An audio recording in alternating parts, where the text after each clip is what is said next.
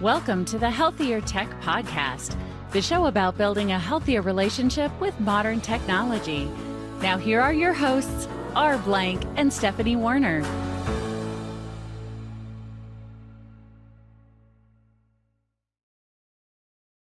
Today we welcome Philip Portman, a serial entrepreneur and the founder and CEO of Textdrip, a business texting platform for insurance, mortgage, real estate, and solar sales.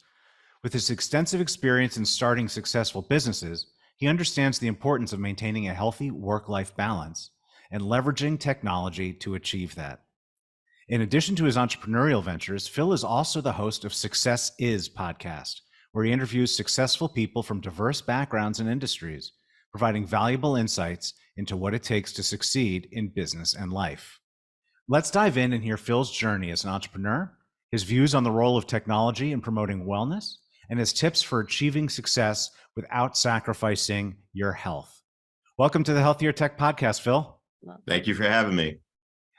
Oh, thank you for making the time. And for those of you listening, you might want to check out our YouTube because apparently Phil is broadcasting from the International Space Station. That's right. Got quite set up here. So your podcast is called Success Is. You're obviously very focused on obviously not only success for yourself, but just the notion of success. How do you define success? Yeah. So, I think in the purpose of the podcast was early on in life, I thought success was money.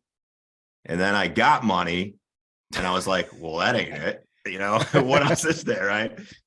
And so it's kind of to explore other people's idea of success. I think everyone has their own version. And if you don't, it starts with that, like defining what does success mean for you in life.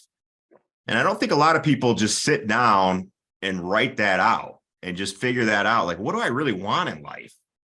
Do you want money? Well, maybe, but what are the sacrifices that you're going to take to get there? And does it compromise against what you would like? Because there's nothing wrong with having middle income, but being able to spend time with your family, right? Or enjoy life and the things that you have. And so finding that balance in life is really important. For me, success is freedom, the freedom to spend time with my family, do the things I love, travel. And that's really what success for me as a whole is. And so on the podcast, we explore that with different people and kind of talk about what success means. But in general, I think the starting point is really define what it means for you. Your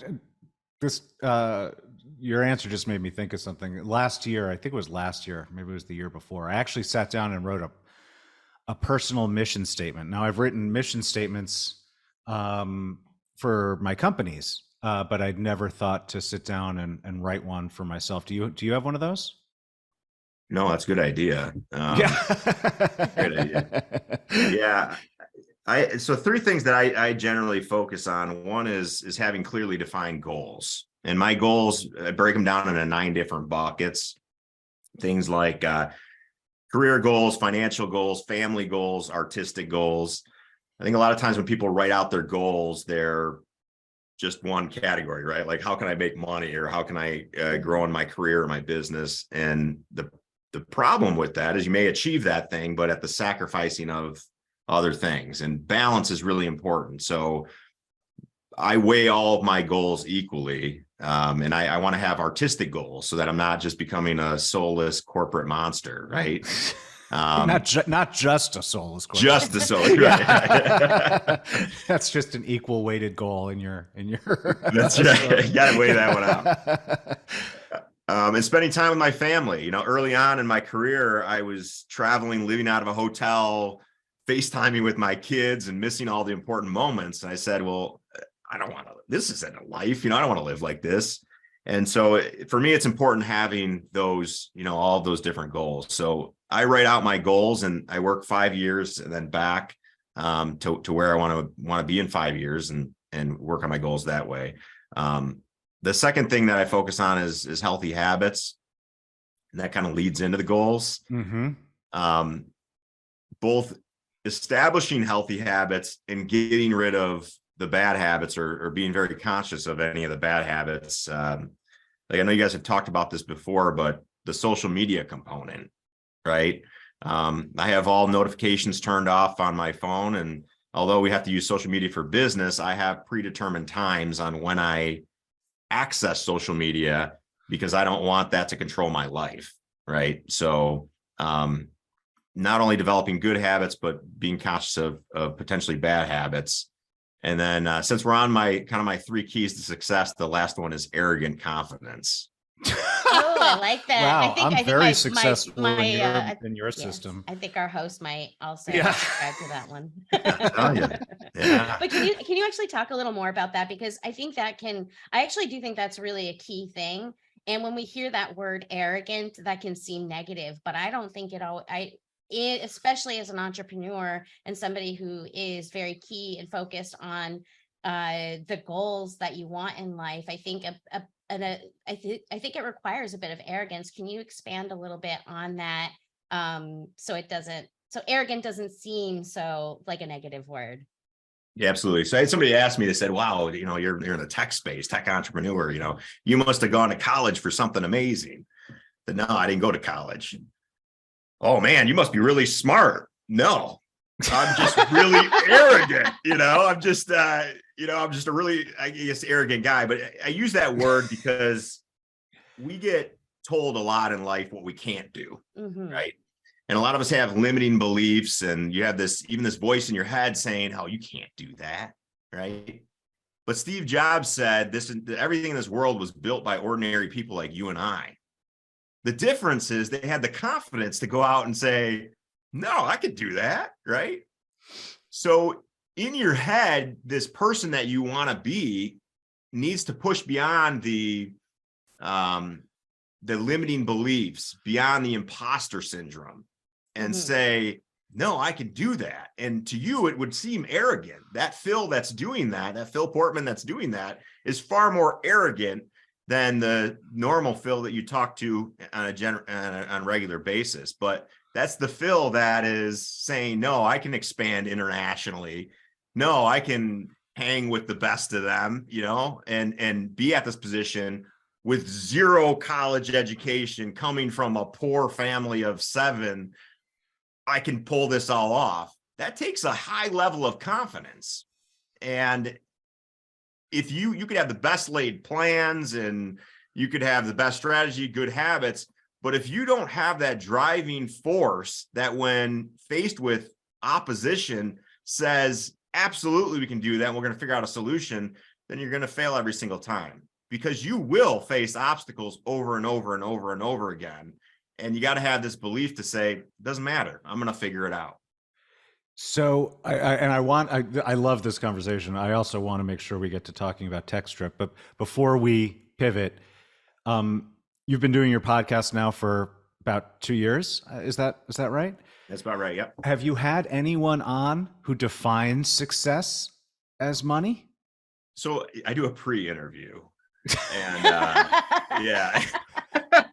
That's a really good start to your answer. Yeah, the answer is I would have had that if I would didn't have. do it. And I don't. We've had people that say money is very helpful with achieving some of their goals and the things that they want to do. For sure. The pursuit of money alone you're never going to catch it. It's very fleeting. People that strive just for the money, you can never have enough. You're just going to be constantly chasing that. There's nothing wrong with making money, but you need to find a bigger purpose in life than just that. Yeah. Yeah, I feel like that would be a limiting conversation, like just money. Money is deeper with that. Yeah, it's a tool. It's like I want all the hammers. Like, okay, well, you really only need 1 or maybe 3, but you don't need all. Like, hammers aren't your life goal. Okay, so let's segue here. So other than your outstanding level of arrogance, how did you get from not going to college to being a serial entrepreneur? Absolutely. Great question. So for starters, since I was a kid, I was saying, hey, I want to be a millionaire, which was interesting because I was one of 7, single mother, working odd jobs, very, very far from being handed that type of life. Was that in Michigan? or in Michigan. Yep. Yeah. Here in Michigan. And so for me to say I want to be a millionaire, I was kind of laughed at the time. Like that's probably never going to happen. But I had this goal and this dream, and I was going to figure it out. I went to college and very quickly realized that was not the role for me. I remember having a professor who flat out told me, "You will never be, a millionaire in life. That's just never happen. I'll guarantee that." And I said, "Well, not." Wow, we don't curse, but not taking part of your course, I won't. Yeah, so I left college and started in the corporate world. Moved up really quickly in the corporate world and was living out of a hotel, FaceTiming my kids, and said, this is not the direction I want to go, nor did it fit in with the goals that I'd written for my life. I said, I want to be an entrepreneur. Oh, when did you start writing those goals? So I started writing the goals, probably 20 years ago, I'd say. How I started was I wrote down 100 things that I wanted to achieve in life. And it was my bucket list. And it was things, there's some things like I wanted a nice house, I wanted a family, I wanted kids, I wanted to travel. But there's other things like I wanted to create things. I wanted to solve problems. One of the things that I wrote down is I wanted to be an inventor. And not like, Thomas Edison, but I wanted to make things. I wanted to really make a difference. And so when I had entered the corporate world, those things didn't align with the goals that I had written for myself in life. And so I said, well, this doesn't make sense. This isn't what I want to do. And so when I left the corporate world and moved on to myself, carrying my box of belongings to my vehicle, I said, this will be the last time that I will ever work for somebody else again. And I don't know who I was talking to or who I was saying that to. But there was something powerful with actually saying that statement to the universe or myself or whatever it was, because later on, when I was massively in credit card debt, stressing out, going, what am I doing right now? I ruined my life and my family and all that. I pulled back to that thing that said, no, I'm not going back to that. I'm going to figure that out. And that's when that arrogant confidence comes in that says, no, I'm going to get this. I'm going to figure this out. And I did the real estate thing. I started flipping houses. I had some rentals, and I said, you know what? Evicting people out of houses, that's not really for me. Started a restaurant delivery company. We franchised it, operated in 6 states, sold that company, took the tech side of my business and grew it and into primarily communication, artificial intelligence, and automation is what we specialize in. Yeah, well, I was just going to actually ask how you went from there to Textdrip. Yeah, so I sold the company, the previous food delivery company. I'd sold that, and I was at a position again, like, well, what am I going to do now? And I told my employee I had the option to either go with this other company that I'm selling, or you can stick with me. I have no idea what I'm going to do, but I'll continue to pay you and all that stuff. You just hang out with me, because good employees are really hard to come by. Most of my employees at the time said, yeah, I don't know, we're going to stick with the stability and go with this thing. But there was a handful of employees that came with me and said, yeah, we'll figure it out, Phil. We'll stick with you. And so I just got to the whiteboard and said, what do I want to do? What am I going to work on? I said, well, I know I want to make the next $1 million company, but what does that mean? And I think a lot of people look at $1 million company and they say, well, I need to get 1 million customers. But that's not true. You can get 1,000 customers paying you $1,000, and that's $1 million, right? So I started looking for organizations that had problems and had at least 1,000 employees in them. And I first started in real estate, and then I moved to health insurance and found a company and built a very tailored, specific product to them. And it worked. They loved it. And added in the stuff that I had done over the years, specifically around customer service. I find it interesting how many tech companies are awful at customer service. There's no way to even get a hold of them. We said we're going to do stuff differently. You can get a hold of us in under 30 seconds. You can get a customer service rep available in under 30 seconds. We're going to do live demos with you. We're going to show you how to use our software, how we're going to do everything, a very hands-on approach, very cost heavy up front. But me as a customer, I would really enjoy this. So entering this space, we had a lot of competition, a lot of reasons why it wouldn't work. But there was a lot of things that those companies weren't doing well, specifically the customer service component. And it related very well to our customers and took off. And we saw 1,200+ % year-over-year growth as a result of these practices that we implemented. Wow, that's and so just stepping back 1 second, this is probably a good time for you to tell our listeners, what is Textdrip? Yeah, absolutely. Yeah, so Textdrip is a business texting platform, and we focus specifically on deliverability. There's been some large changes in the industry around business texting. And prior to 2021, there was no easy way for a business to text through let me rephrase it. There was no defined way for a business to text through a local 10-digit phone number. They were supposed to use 800 numbers or short codes. Well, a lot of local real estate agents, insurance agents, and things like that, they want to text from a local number. Well, the cell phone companies didn't have a process. Well, they finally rolled out a process called 10DLC that outlines how business texting is supposed to be done. We are experts in that, and we follow those guidelines, as well as having a beautiful software that just works and functions the way that you'd like it to work. We've got beautiful mobile apps. And so it's crazy because how important it is for your messages to get delivered to who you want it to get delivered to. I know that's a novel concept, but we made that the centerpiece. We said we want to be the absolute best at getting text messages delivered to who they're trying to get to for businesses. And the result has been astounding. So we end up getting in a company, people find out about us, and we spread like wildfire inside the company because we work, because our software is effective. And if you have any question, you can connect with customer service immediately. And so in addition to deliverability, do you offer automation or? Yeah. Okay. So absolutely. I'm a real estate agent, and I can kind of just set up like when cold leads come in or warm leads come in, I can put them into different kind of funnels, and what you use AI also to kind of help suggest responses, so you can just quickly do that. Yep. So most CRMs are built around email. That's been so if somebody goes on your website, they say, hey, I want more information. They start getting put on an email drip campaign. Mm-hmm. Well, email has, if you guys do email campaigns, less than a 10% open rate if you're good at it.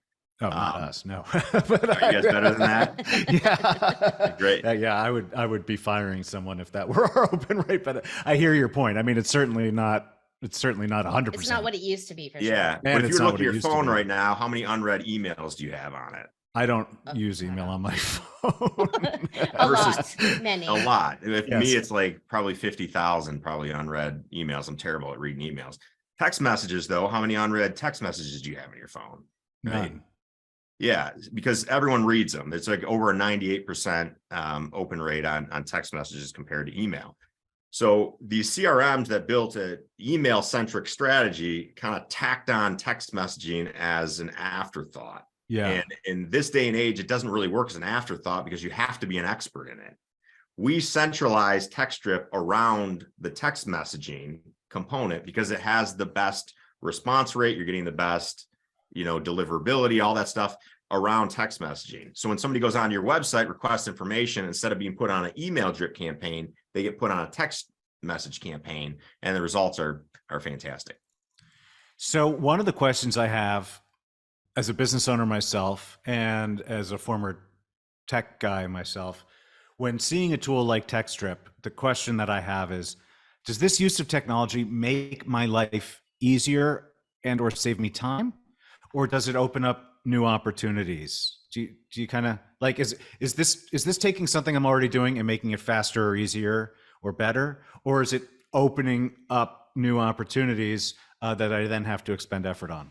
You're definitely gonna get more business out of it, right? Okay. If you it's the 80-20 rule, right? The 20% that gives you the 80% results. If you spend the same amount of time that you're spending on your email campaigns on text messaging campaigns, we know you're going to get higher results. Not that you don't get results from email, you absolutely can. You could also get, results from just cold dialing people on a phone, but your text messaging has the highest rate of return. So if you took all of your efforts and just focused on the text message, you're going to get better results. You're going to get better response rates and all of that, right? Yes, inside that we have an automation, right? You get put on a drip campaign. There's, you can quick response. Our interface is really designed to make you productive. But there's three things I think that limit a business owner, and those are organization, automation, and delegation, right? If you're a business owner or self-employed individual with Post-it notes all over your monitor and you're missing appointments and your scheduling's off, you are going to hit a limit on what you can achieve in business because you're disorganized, right? The automation is the component that we handle. And by taking components of your business and creating an automated communication strategy or automation strategy in general, just frees up your workload. In most cases, it's like 300x that you're increasing your performance from just by creating a good automation system. And then the last one is delegation. So if things become more than you can handle, having a workforce that can take over some of that communication, that setup, and that sort of thing is going to help you create a business that expand. But if you don't get to that, you'll always be just a one-man show, and there's only so many hours in a day. So those are kind of the three components that I would tell anybody that's limiting their growth to look at. So that kind of ties back to something you were starting on earlier about these habits, right? Because there, like you say, there's only so many hours in a day. You have these goals, and you've defined these habits. Do you find that you're constantly kind of iterating on these habits? Like you're looking, what are these habits doing for me? Let me think of a new one. Let me get rid of this one. How do you kind of monitor yourself to avoid falling into bad habits? I guess I'm asking about your habit management, right? Because your habits are a big part of your personal methodology. Like, are they set in stone or do they evolve? And what's that kind of process? Yeah, for anybody listening, if you haven't read the book Atomic Habits, read it. It's a phenomenal book, referenced by a lot of people. It's a great book. Yes, absolutely something I continually look at and monitor. Last year I broke my leg, so I was kind of hung up for a while and had developed really bad habits in that, and because unfortunately I couldn't do anything, and so I had to reestablish some of those habits. I'm a big fan of habit stacking, where you take something that is existing that you already have in place and you add a habit in there. And this is an important function for people that want to be hyper productive. We've all looked at somebody and said, this person's written a book, they're running marathons, they're running a business, they're traveling with their kids. Like, how are they doing all this stuff? I bet if you broke down and looked at their habits, you'd find that they've got some really healthy habits. So can you give an example of habit stacking? Yeah, absolutely. So I hate cardio. Like, I have to force myself to do cardio, right? But I know it's important. I want to stay healthy. I got to force myself, but I'm not going to get up and go running, early in the morning. Like, that's just not for me. Right. Especially not in sub-freezing temperatures half the year. Absolutely. Yeah. More than half the year, I'd say. Yeah. Here. Absolutely. So, I said exercise bike. I can do exercise bike. So what I did is I put my exercise bike in my bedroom, in between my bed and my shower. Now I shower every morning, thank God. Yeah. So a perfect habit to stack right in front of the shower is my exercise bike. So I don't have a choice but to stop at that exercise bike before I get into the shower. And then to add one on to that, I want to get a little bit of reading in between. So on my exercise bike, there's a little thing for a tablet. So I pop my Kindle e-reader there and I do my reading at the same time while doing my exercise bike before I shower every day. Oh, that's a really good example of habit stacking. I can't read while doing cardio. I'll listen to podcasts, or I guess I'll admit it. I watch, easy to watch TV, but there's no way I'm getting my reading in on a cardio machine. Yeah. And if you can't, audiobooks are fine, or if you know somebody that has to listen to music, either way. But just having that habit of riding the bike right before, that's what habit stacking is. You already have something that you're doing, just pile something else on top of it that makes it easy. And that the habit is more important than the results, especially in the beginning.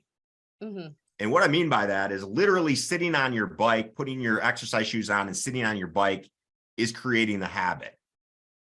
If you're like me, you say, well, you know what, I'm going to get healthy. And so you all of a sudden get on that thing. No, I'm going to exercise for an hour. And what happens? You burn yourself out, you end up getting sick, and then you don't exercise anymore. Right. Yeah, no, I always, for myself, and when I'm talking to other people who are asking about it, I say just pick the thing, the level of the thing that you can do every day, and or 5 days a week, or whatever your goals are. Pick the thing that you can actually know that you're going to get done, and then build from there. Yeah. And there's no shame in starting small. If it's 5 minutes on the bike, that's okay. Just start doing it daily. But you kind of talked about this a little bit briefly before in the interview. Can you share any more of your personal behaviors or practices as it comes to your tech use in particular? Yeah, great question. So my phone is constantly, the notifications are constantly turned off on it. Yes. Do not make me your emergency contact, because it's just never on. No one's I never coming turn for the you. phone on. I don't want to be bombarded with notifications. And if you're not managing your life or the events, the things that happen to do it, something else is managing it. And if you don't manage your phone, your social media, the time on it, it's going to manage you. Like, it's literally designed to get your attention constantly. Mm-hmm.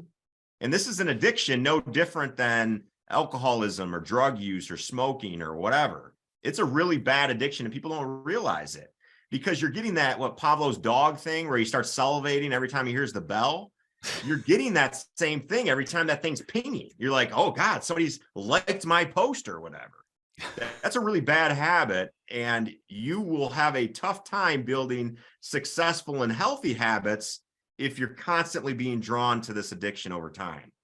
So the thing I would say is, if you have to, delete the apps completely off your phone. Unless I'm traveling and I have to, like for business, and I have to post them, I typically only access my social media from my computer, because I have to dedicate, I have time, I have to sit down and do it. If I'm traveling, I will have it on my phone, but I don't want to be constantly bombarded with phone calls, text messages, and all the other notifications from my phone. So I turn them off completely. I also monitor and have plugged into my calendar when I'm going to access social media, when I'm going to watch TV with my family and things like that, and when I'm going to do leisure activities.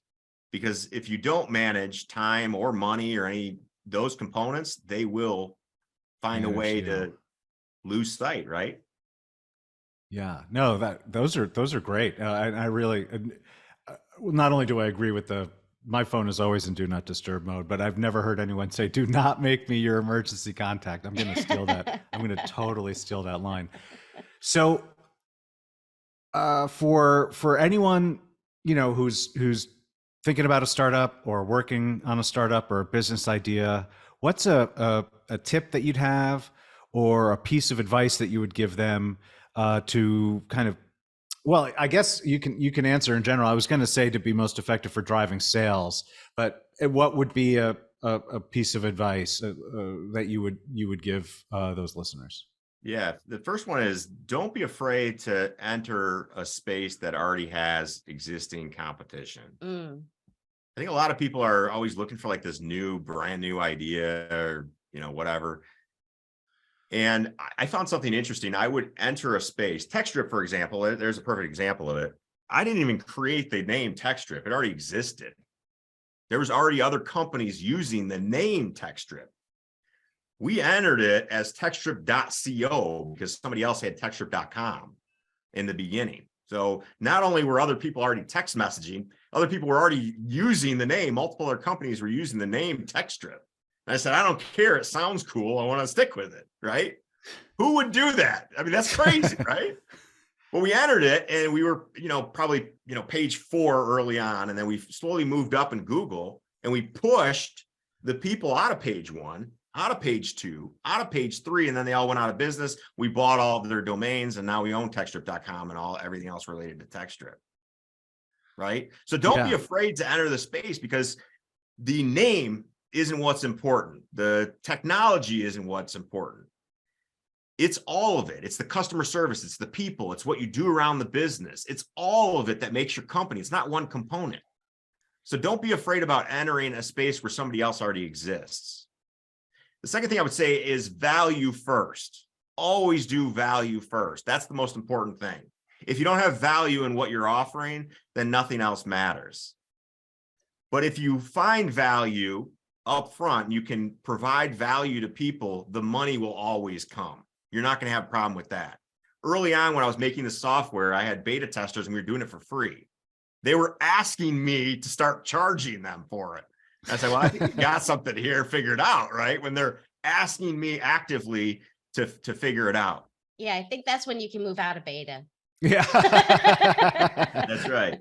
When they're beating down your door to be charged. That's definitely a good sign. Yeah. And then the last thing I want to say is never stop innovating. Don't worry about what your competition is doing, right? Look at Apple. You never see Apple comparing themselves to Android saying, oh, we got a better this or a better that. No, they're always comparing themselves to the previous version of Apple, right? Don't worry about what your competition is doing, because if you're watching them, you're going to fall behind them. Worry about yourself and making better company, better system, and constantly improving, constantly tweaking. Then all of a sudden, when you look over your competition, they're so far behind you, you're like, what happened? Because you're focusing on yourself, you're focusing on your company. How can we get better? How can we get better? How can we get better? And those are the things I would say to look at if you're starting a new company.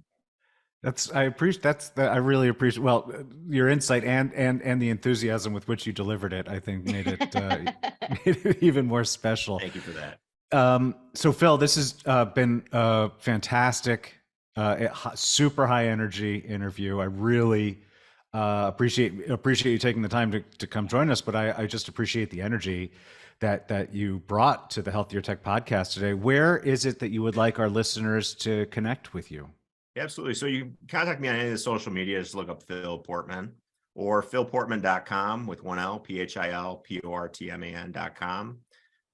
You can also find me, look for the Success Is podcast with Phil Portman, and catch into our episodes where we interview some interesting people, from hedge fund managers to entrepreneurs, authors. We had a stunt woman, really, really interesting people, and hear what their version of success is and how they achieved it in life. That's cool. Yeah, I've been listening to a couple of your episodes before this interview, and yeah, I really like the theme, and I like the way that you drive the conversation. So, and we'll have links to all of those in the show notes. So again, Phil, thank you so much for taking the time today to come join us on the Healthier Tech podcast. Yeah, My thanks pleasure. for being here. It's been wonderful. Thank you so much for listening to this episode of the Healthier Tech podcast. Remember to check the show notes for all the links and resources mentioned in the show. Please like and subscribe to the Healthier Tech podcast on Apple, Spotify, or your podcast platform of choice. Get your free quick start guide to building a healthier relationship with technology and our latest information at healthiertech.co.